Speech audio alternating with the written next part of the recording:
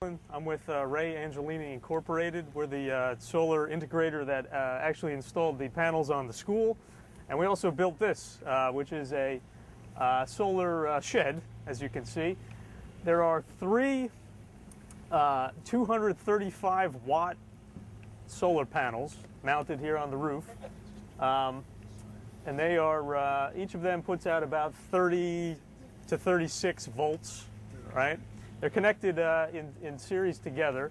So the solar, as you know, produces a DC output, and that DC output goes into the shed here. On the inside of the shed, there is a charge controller that takes the DC input, and it also bridges to a battery bank that's located inside the shed, where there's two I believe they're 104 amp hour big batteries in there. So you have the battery and the solar that both input into the charge controller.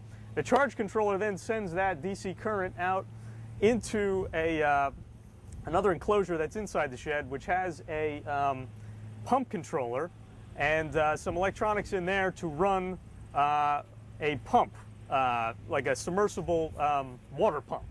The initial idea here was that you could run a pump off of this thing and gauge the the water column and things like that from the DC voltage directly. Now, we also installed a breaker panel on the inside of the shed, which gives you the ability to tie in